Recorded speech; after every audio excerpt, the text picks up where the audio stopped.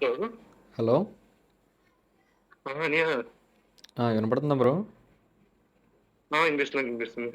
ఇప్పుడు మీ call record అవుతుంది ఇది. అండ్ నేను కెమెరా ముందర కూడా ఓకే అండి, ఉన్నాను. అలాగే. అంటే ఒకవేళ ఒక్కసారి నేను వీడియో అప్లోడ్ చేసిన తర్వాత మళ్ళీ డిలీట్ చేయడానికి అవ్వదు బ్రో. ఇన్స్టాగ్రామ్ లో కూడా పోస్ట్ చేయండి. నేను ఇన్స్టాగ్రామ్ పోస్ట్ చేయండి. అంటే తర్వాత మీకు ప్రాబ్లం అయింది అదే అయింది తీసామని చెప్పేసి అంటారు. అది అవ్వదు అంటున్నాను. లేదు లేదు లేదు లేదు అన్నయ్య, లేదండి, లేదు లేదు. ఓకే, చెప్పండి బ్రో. ఇప్పుడు ఏమైందండి అన్నయ్య, ఇప్పుడు మా మావయ్యకి ఏజ్ ఉమ్, 31. ఓకే. ఇప్పుడు బేసిక్ గా ఏజ్ వాళ్ళకి లేడీస్ అదే పెళ్లిళ్ళందుకు జరగవు కదన్నయ్య. అవును. అయితే పలాంటి వాళ్ళకి ఎలా అంటే, ఇప్పుడు ఆ, వీళ్ళు ఏం చేస్తారంటే సెకండ్ మ్యారేజ్ అంటే ఆపేస్తారు. ఓకే. సెకండ్ మ్యారేజ్ అయిన అమ్మాయిని తీసుకొచ్చి ఇలాగా సెకండ్ మ్యారేజ్ అయింది, ఇలాగా అబ్బాయికి అమ్మాయికి ఇలా గొడవలు అయింది, వాళ్ళిద్దరి మధ్య ఏం జరగలేదు, ఆ, అమ్మాయిని వదిలేసి చేసుకుని వెళ్ళిపోయి మళ్ళీ రిలీజ్ అయ్యి వచ్చేసింది అని చెప్పిస్తారండి ఇలా. ఉమ్, చెప్పిన తర్వాత ఇప్పుడు పెళ్లికప్పుడు అమ్మాయి సైడ్ బ్రోకర్ అబ్బాయి సైడ్ బ్రోకర్ కూడా ఉంటారు కదా. అవును. వీళ్ళ లక్షలు వాళ్ళ లక్షలు తీసుకుంటారు. ఓకే, అటో లక్ష ఇటో లక్ష తీసుకుంటారా? ఇటు లక్ష అటు లక్ష తీసుకుంటారు. ఇప్పుడు ఆ, ఇద్దరు బ్రోకర్లు ఇద్దరి ఉమ్, మధ్య కాంటాక్ట్ ఉంటది. ఉమ్హు, ఇదంతా కూడిగట్ట ఇలాగే మొత్తం అందరూ మొత్తం అందరూ కలిపి చేస్తారు ఇదంతా. ఆహా, అయితే ఏమవుద్ది అంటే వీళ్ళిద్దరు శర్మిలాక్ష తీసిన తర్వాత ఉమ్, అమ్మాయిని చూపెడతారు. ఉమ్, అమ్మాయికి అన్ని మంచి అని ఇలాగా, అమ్మాయి మంచిదే కానీ అబ్బాయి ఇలాగా ఇలా చెడ్డోడు అని చెప్పి ఇలా విడిపోయారని చెప్పి ఉమ్, పెళ్లి సంబంధాన్ని ఒప్పిస్తారు. ఓకే. ఒప్పించిన తర్వాత ఏం చేస్తారంటే ఉమ్, అమ్మాయి సైడ్ వాళ్ళు 1,00,000 ఇస్తారు కట్నం కింద. ఎందుకు ఆహా. అంటే మనోడికి ఏమో 31 కదండి, ఏజ్ పెద్దది కదా. ఆహా, అమ్మాయి తరపు వాళ్ళే కట్నం అడుగుతారా? కట్నం అడుగుతారు, ఎదురు కట్నం. ఓకే. ఎందుకు అంటే మనోడికి 31 కదా ఏజ్, అంటే కొద్దిగా ఏజ్ భారీ కదా. ఆ, అదొకటి ప్లస్ ఇంకోటి స్కేల్ ఏంటంటే ఉమ్, వాళ్ళు ఇప్పుడు క్యాస్ట్ ఉంటుంది కదండి. ఉమ్, ఉమ్, ఇప్పుడు అమ్మాయి ఏ క్యాస్ట్ అయినా అని పెళ్లి అయినప్పుడు పెళ్లికి వచ్చేటప్పుడు కదా, పెళ్లి సంబంధం వచ్చేటప్పుడు ఏం చేస్తారంటే ఉమ్, మీరు ఓసీ అయితే ఓసీ అని చెప్పేస్తారు. ఉమ్, లేదు తీసేయండి ఇంక ఏ క్యాస్ట్ అయితే క్యాస్ట్ చెప్తారండి. మేము చౌదరీస్, ఉమ్, అమ్మాయి వాళ్ళు కూడా చౌదరీస్, అమ్మాయి మదర్ వాళ్ళు ఏమో బీసీ అని చెప్పారు. ఉమ్, ఫాదర్ ఏమో చౌదరీస్, మదర్ ఏమో బీసీ అని చెప్పారు. ఉమ్, అయితే ఏమైందంటే పెళ్లి అయినప్పుడు బాగానే ఉన్నారు, పెళ్లి ఉమ్, అయిన తర్వాత బాగానే ఉన్నారు. కరెక్ట్ 3 months అయింది కదా, 3 months అయిన తర్వాత ఉమ్, గొడవ మొదలెట్టు. అమ్మాయి తరపు ఏంటంటే వాళ్ళా? ఇప్పుడు పెళ్ళైన ఆ, ఉమ్, పెళ్ళైన తర్వాత కొత్త ఇంట్లోకి వెళ్తారు కదండి. ఆ, కొత్త ఇంట్లోకి వెళ్ళిన తర్వాత పైన నైబర్స్ తో ఇలా గొడవ అని వాళ్ళతో గొడవ అని మళ్ళీ మా మ్యాటర్ చెప్తే ఇలాగా బొగుడు తిట్టాడని ఇలా ఉమ్, సిల్లీ రీజన్స్ గొడవ మొదలెడతారు. ఉమ్, గొడవ మొదలెట్టిన తర్వాత ఏం చేస్తారంటే అది అలా అలా ఒకవేళ మనోడు స్ట్రాంగ్ గా విడాకులు ఇచ్చేస్తే కనుక ఉమ్, ఏం చేస్తారంటే మన బంగారు ఇష్టం కదండి. అవును. బంగారాన్ని ఉమ్, ఇప్పుడు పైన బంగారు కోటింగ్ ఉండి లోపల మార్చేస్తారు కదా.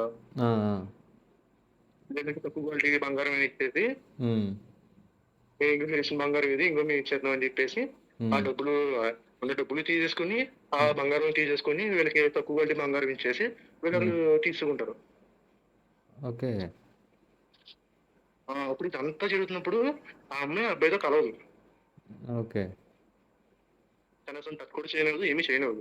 ఉమ్, కానీ వీళ్ళు మాత్రం చూపెట్టారంటే అబ్బాయి ఇలా వాడుకున్నాడని ఇలా చేశాడని, ఉమ్, వాడుకున్న అవసరం తీరిపోయిన తర్వాత ఇలాగ ఇబ్బంది పెడుతున్నాడని సఫర్ చేస్తున్నాడని ఉమ్, అన్ని పుకార్లు పెట్టిస్తారు.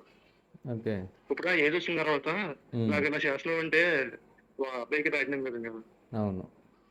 లేదండి, ప్రాబ్లం లేదు అంటే బయటకు వెళ్తే ఇంకొక మంది సేఫ్ అవుతారు కదా. ఓకే.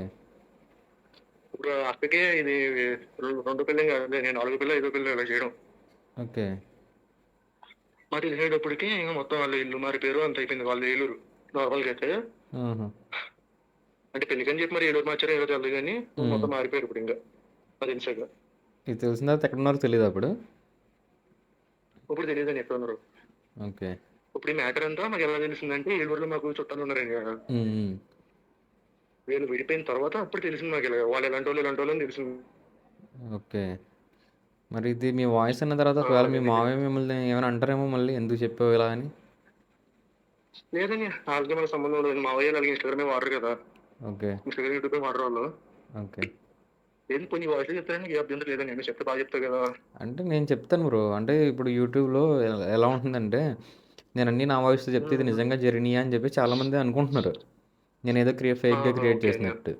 అంటే ఇప్పుడు ఇలాగ మీరు ఓకే ఓకే యూట్యూబ్లో అన్నయ్య. నేను అప్లోడ్ చేశాను అనుకో, అంటే చూసే వాళ్ళకి కూడా ఇది నిజంగా జరిగింది, మనం కూడా జాగ్రత్తగా ఉండాలి అని చెప్పేసి అనుకుంటారు కదా. అదే అన్నయ్య. అందుకే జనాల్లో అవేర్నెస్ తీసుకురావడం కోసమే ఇలా నేను డైరెక్ట్గా మీతో కాల్స్ మాట్లాడి అది రికార్డ్ చేసి నేను అప్లోడ్ చేస్తున్నాను. ఓకే అన్నయ్య. ఓకే బ్రో, ఓకే అయితే అన్నయ్య. నేను పెడతాను. ఓకే, నాకు ఏ అభ్యంతరం లేదు. ఓకే బ్రో, ఓకే బ్రో, జాగ్రత్త బ్రో అయితే మీరు కూడా. చూసి చాలన్నయ్య. ఓకే బ్రో, ఓకే అండి, థ్యాంక్స్ అన్నయ్య. Okay bye bro.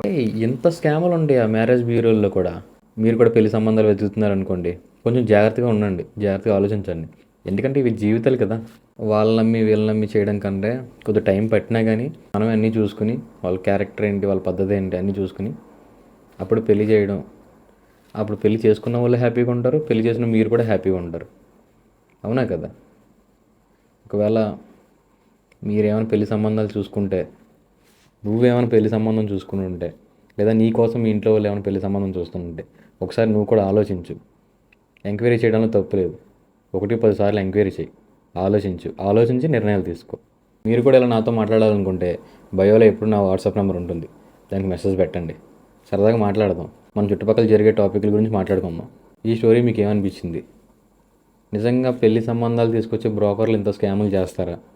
లేదంటే డబ్బుల కోసం, నగల కోసం అమ్మాయిలు కానీ వాళ్ళ తరపులు కానీ ఇలా అమ్ముడుపోతారా? అసలు మీరేమనుకుంటున్నారు? ఇటువంటి వాళ్ళని అసలు ఏం చేయాలి? కామెంట్లో రాయండి. మంచిది.